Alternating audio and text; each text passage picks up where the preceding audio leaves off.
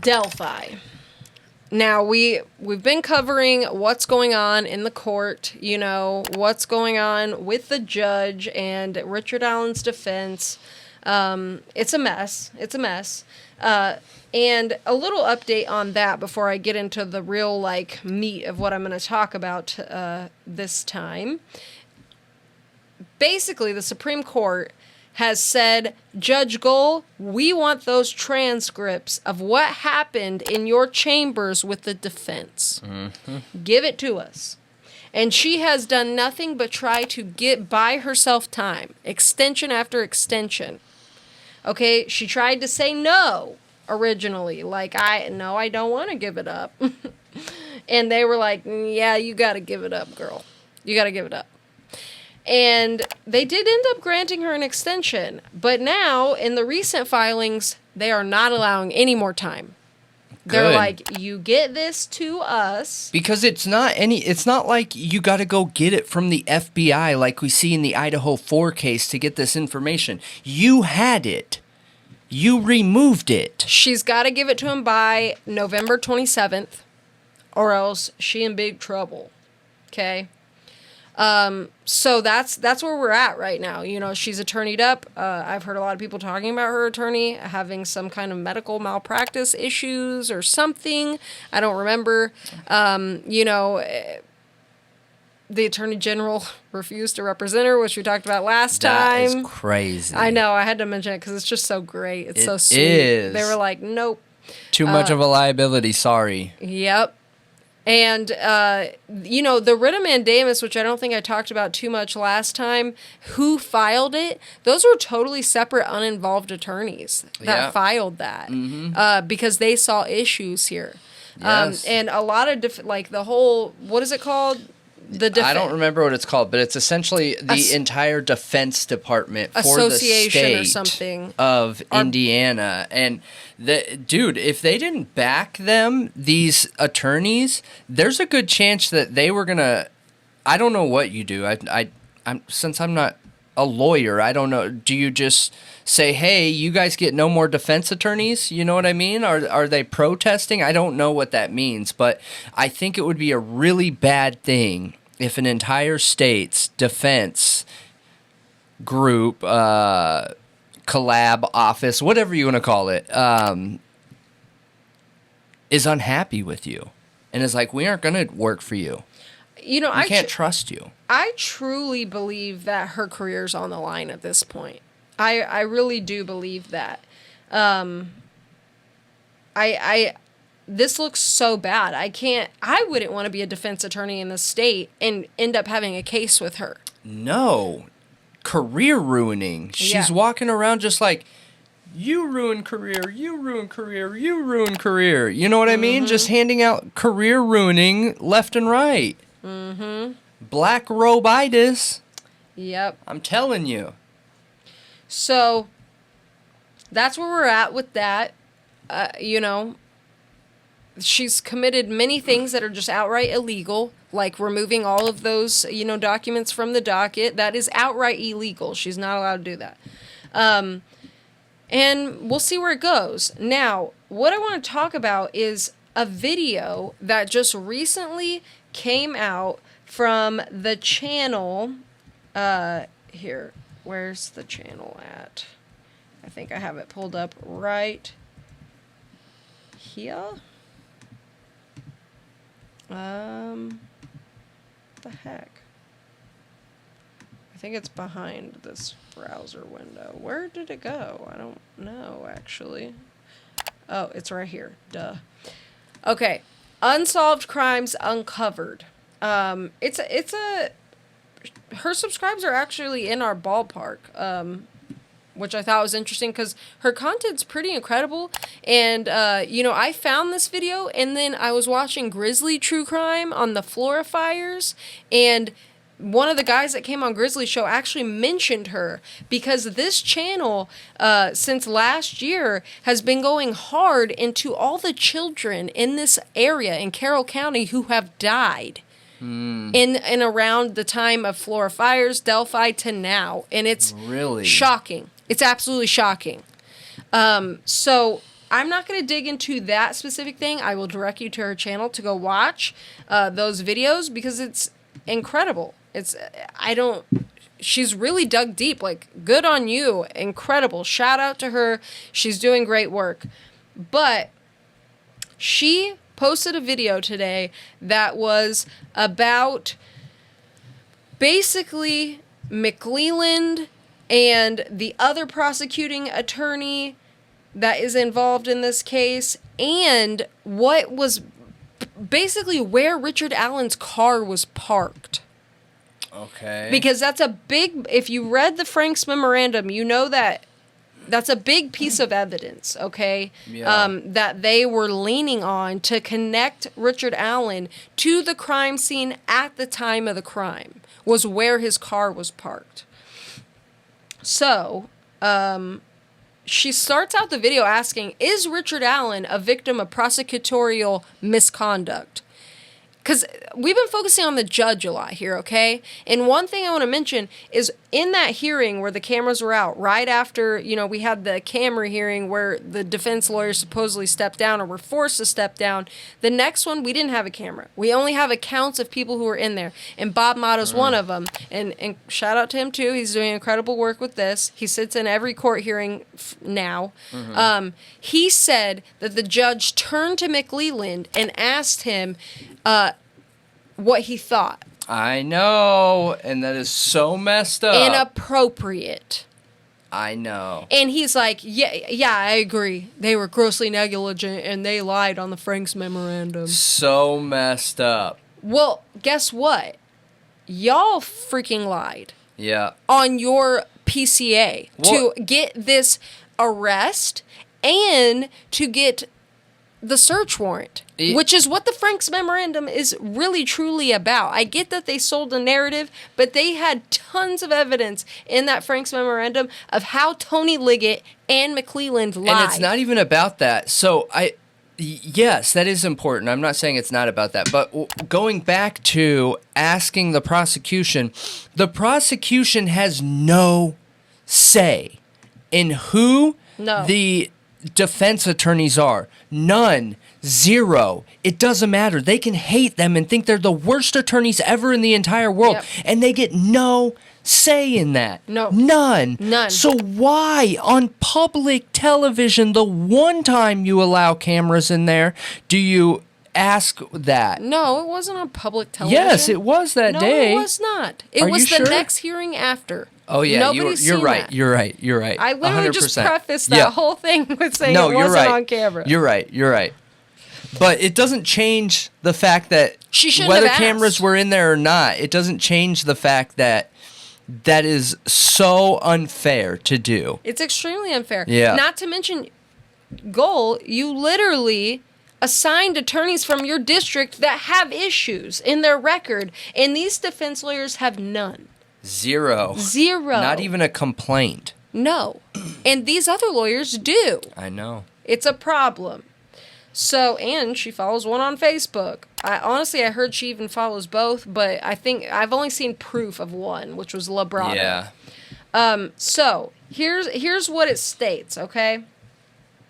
Is that this is in the PCA.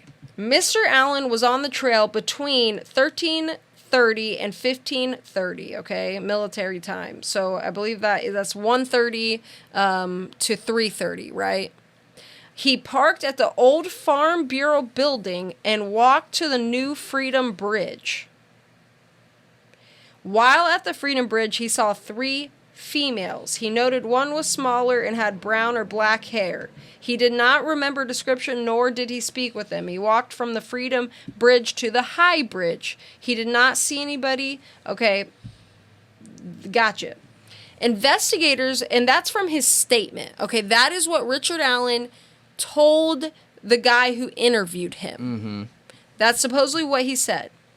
So, investigators believe Mr. Allen was referring to the former Child Protective Services building, as there was not a Farm Bureau building in the area, nor had there been. Investigators believe the females he saw... that part's not important, sorry, I just kept reading. But, anyway. So, Richard Allen says, I parked at the old Farm Bureau building. Okay, that parking lot. And they, just for whatever reason, say it was the child welfare building, is what they end up coming to. It says, investigators note witnesses described the vehicle parked at former Child Protective Services building was a PT Cruiser, small SUV, or smart car. Investigators believe those descriptions are similar in nature to the 2016 Ford Focus that he drove. That's what they claim.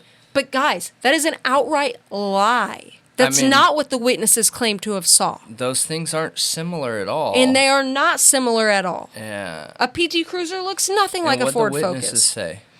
So, let's see. That is super strange.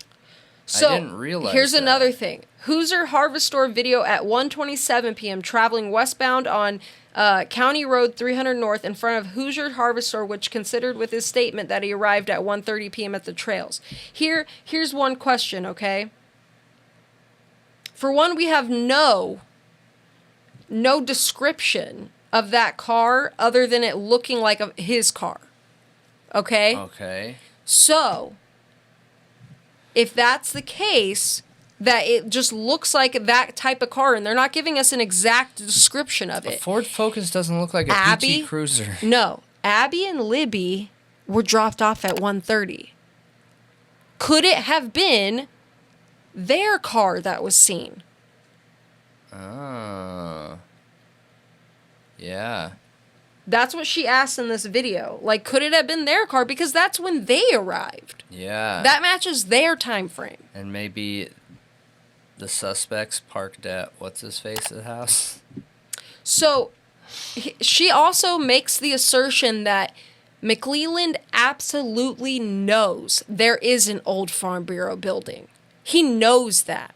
And she goes on to prove how he knows that. So, here's a map, okay? The Farm Bureau building is in downtown Delphi, okay? Which is 1.5 miles west of the murder scene. The Child Welfare building is 2,000 feet north of the murder scene. Okay. Okay, so this is the Child Welfare building right here. That's the murder scene. This is the Farm Bureau building. That's the murder scene. Look, this is the County Road 300 North that they're claiming they saw him driving on. They're claiming he parked here. This car was traveling here. But he really parked way over there? Yeah. What? So, what? Oh, man. That is like... Well, he walked it sounds like he walked to 2 bridges. And honestly, I should have looked up on Google Maps real quick what... Because I was under the impression there was only 1 bridge. What's the Freedom Bridge and the High Bridge? I thought they were the same thing. I don't know. I can... Yeah, you should try to figure that out real quick. See if there's a difference between the Freedom Bridge in Delphi and the High Bridge. Anyway, so the description was vague, very vague, okay, on the car, like we just discussed. None of the cars mentioned by the witnesses match Richard Allen's car. None of them. Not a single one. And this is the basis of them proving he's attached to this crime scene. Yeah. Yeah, they're different. They are. Mm-hmm. So I want the location. Because does it make sense for him to park here, walk to one bridge, walk to another? It depends on what kind of walk he's going to do. Is he trying to get a certain amount of miles in? No. I don't care about that. I want to see if it's on the way. Oh, just in his path. Yes. Yeah. Okay, yeah, it kind of is. So, if you're going for a walk, you know, you would walk up East Main Street, okay? And let's see, how far is that? Freedom Bridge to Farm Bureau. So, that is 1.4 miles. Okay. So if you were trying to get miles in, like you're saying, like maybe that's a workout for him. Maybe he parks there and it's a nice route, it's scenic, and you take that, you know, walk up that street, you go to the bridge, you hit the Manon High Bridge and back. It sounds reasonable to me. I agree. I think 1.5 miles or whatever it ends up being is within walking distance. It's not 10 miles. It's 3 miles. You know? Yeah. Go on a little jog or a little walk, 3 miles. That sounds very reasonable to me for somebody who wants to get in exercise. Yeah, I agree. You know? I agree 100%. But I could see how that could be odd to some people. I could see that. Well, it's just a coincidence, and some people don't believe in coincidences. I don't like coincidences and don't believe in it, but obviously they happen sometimes. Okay. You just got to dig in. Okay, but here's the thing. This is from his statement when he came and gave a statement. Like, when he saw this on the news and was like, oh, I need to go to, or he knew about it, he went and talked to an officer and gave a statement. What is the benefit in saying I parked at the Farm Bureau building? There was no narrative around this case yet. They weren't saying, oh, we know the killer parked at the Child Services building. So he's like, oh, I better not say I parked there. He couldn't have known that. Yeah, it wasn't out yet. No.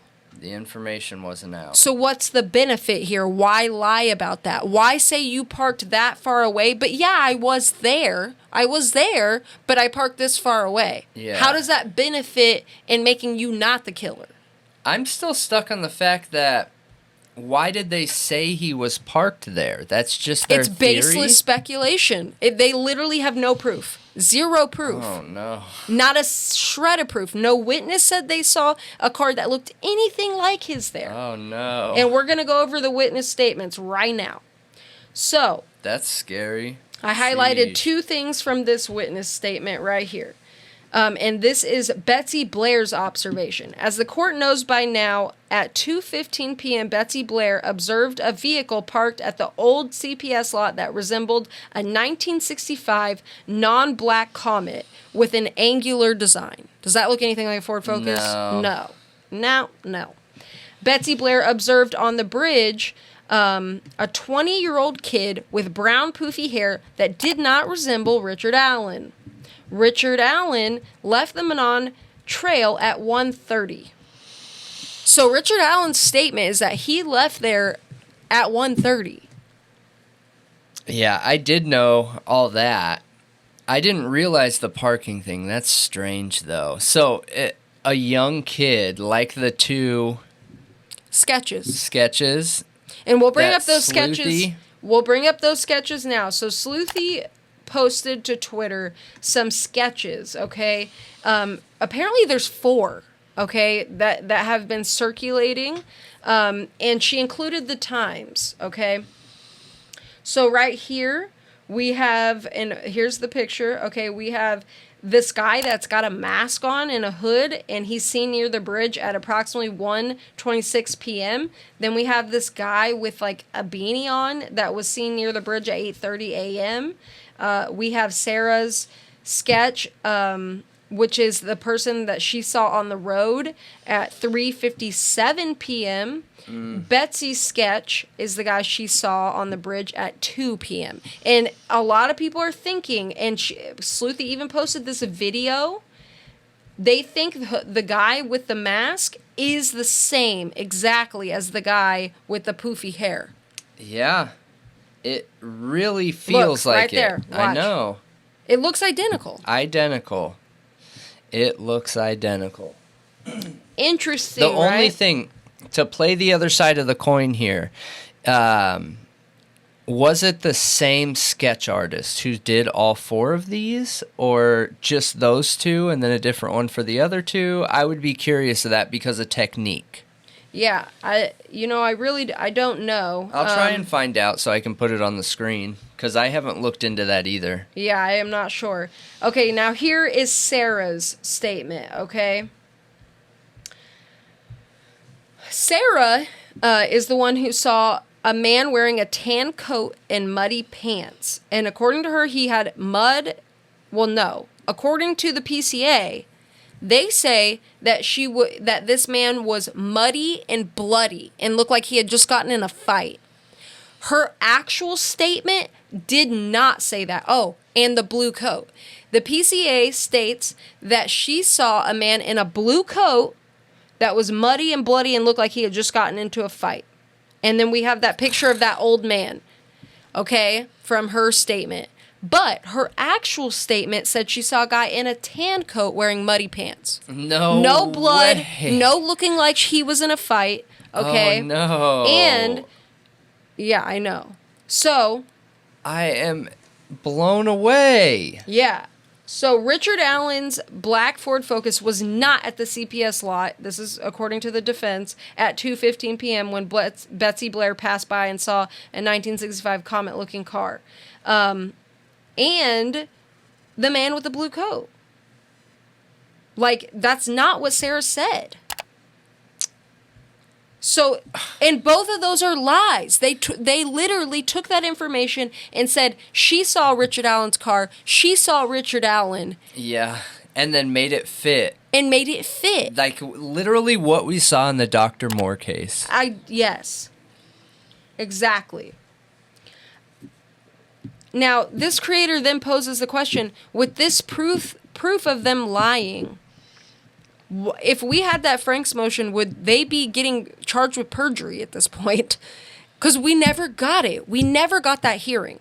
You know, the judge never even started scheduling it. She never even scheduled it. And when the defense brought it up in that last court hearing where they were in there and they asked her, like, when there was something said about the memorandum, she's like, what? I wasn't upset about the memorandum. Like, she got defensive about it.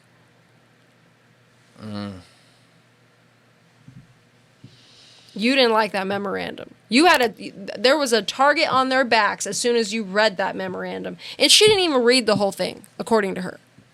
She didn't even read it all. She probably threw it in the trash.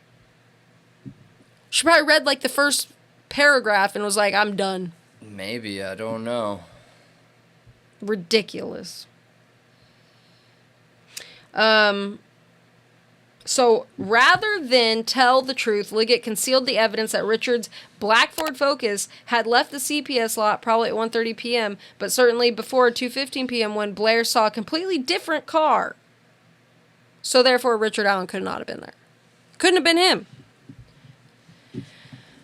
Why is this man still in why? jail then? So here's another thing, and this is a statement from the memorandum that I want to say that I feel like is important.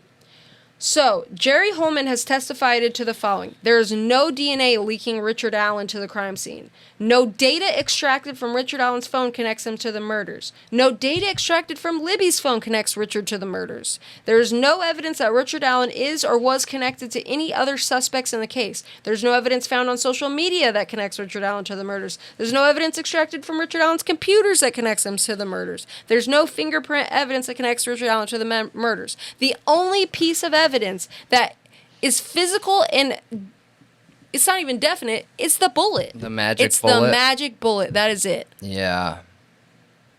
That's it. That is it. That is scary. And that is up for interpretation. Yeah. So, here's how she says that McLeland knew. McLeland's father is an arsonist, okay? Stephen McLeland, 52, was arrested by the Carroll County Sheriff's Department for allegedly starting a residential fire Friday at 5249 West. I don't know where that is. Okay. No injuries were reported about this fire, okay? Well, there was a cluster of fatal fires in Florida April 5th, 2009. And what year was this? This was 2009, March 2009. Okay. Well, he gets arrested, okay, for this fire. And he also has drug charges. Mm-hmm. His son, Nick McLeland, represented him. And the Farm Bureau Insurance Agency sued Nick's father, Stephen McLeland, for the claims that were on those homes that he set fire to. They came after him for money. because he committed a criminal act, set them on fire. Yeah. They had to pay out for it, so then they sued him. That Farm Bureau Insurance Agency, downtown Delphi, sued him. And Nick McClelland was his attorney. Oh, gosh. So he knew where it was. So he knows where that insurance agency is. And apparently the old Farm Bureau building is right next to the new Farm Bureau building. And it's a paid parking lot that people can park in. The CPS building is an abandoned building. That's a good connection. It is a good connection. Yeah. That's what I'm saying. And that's exactly what I'm saying. And not to mention his father is like a criminal. A scary criminal that sets fires to people's houses. Yeah. I mean, the crimes of the father are not the son's. But I got you. You're right. But when you start making those connections that, like, okay, he represented his father. He knows that this is here, and he's lying about it. Yeah. That makes it shady. And a lot of people have questioned McClelland's integrity a lot. Yeah. A lot. So, another thing she mentioned is when she started making this video, all of the documents on Stephen McClelland, Nick's father's case, they were removed from mycase.com. Yep. And he was convicted of arson, and she included screenshots of his charges and of everything that went down here. His sentencing, he got a 10-year sentence with a 3-year credit. Jeez. How did they know to take those documents down, though? I'm confused. The monetary award to State Farm Insurance was $73,000. Interesting, right? And here, look, attorney Nicholas Charles McClelland for party Stephen D. McClelland. Here's a picture of him. Weird, right? Very. The Flora fires occurred November 21st, 2016. Mm-hmm. Was that after he got out of jail? That would be interesting. He passed away 3 years later, December 15th, 2019. Right? Yeah, 3 years after the Flora fires? Yep, because the Flora fires were in 2016. So, here's another one real quick, and then we'll move on. Shane Evans was the mayor in 2017. He resigned in 2020 to become Carroll County Chief Deputy Prosecutor, and he is on Richard Allen's case along with McClelland. What? Yes, he was serving he was on his second term, and he resigned to become the prosecutor, the chief prosecutor of Carroll County. His uncle, Travis Lee Evans, is a chomo. And I want to mention here, so Travis Lee Evans, 43, Logansport, was found guilty last month in Cass Superior Court, 2 on 6 counts of child molesting. 3 as Class A felonies and 3 as Level 1 felonies. 3 counts of sexual misconduct with a minor, all Level 4 felonies, and 2 counts of child exploitation, 1 a Class C felony. Gosh.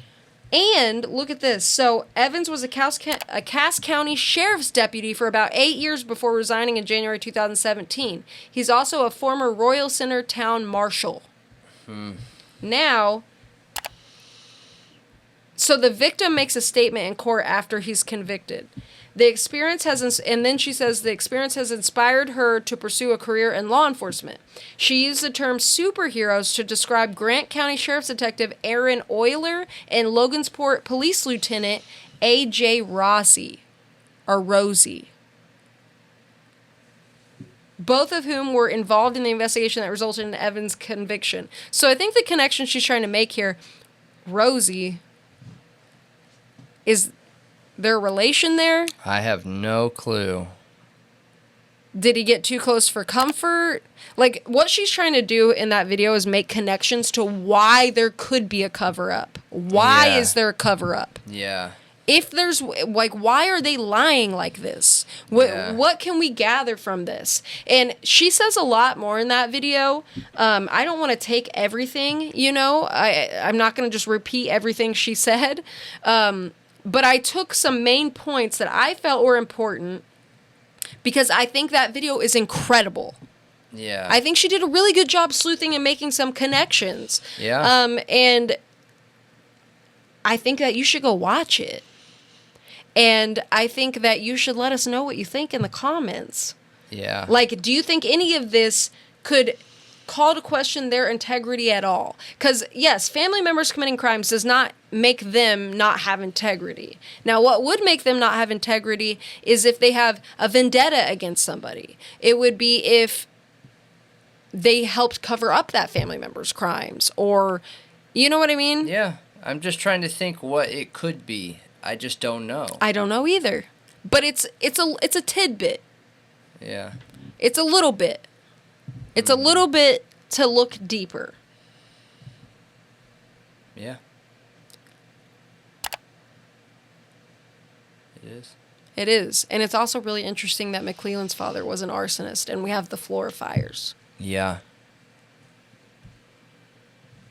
And many fires and children who have passed away, and go check out her videos.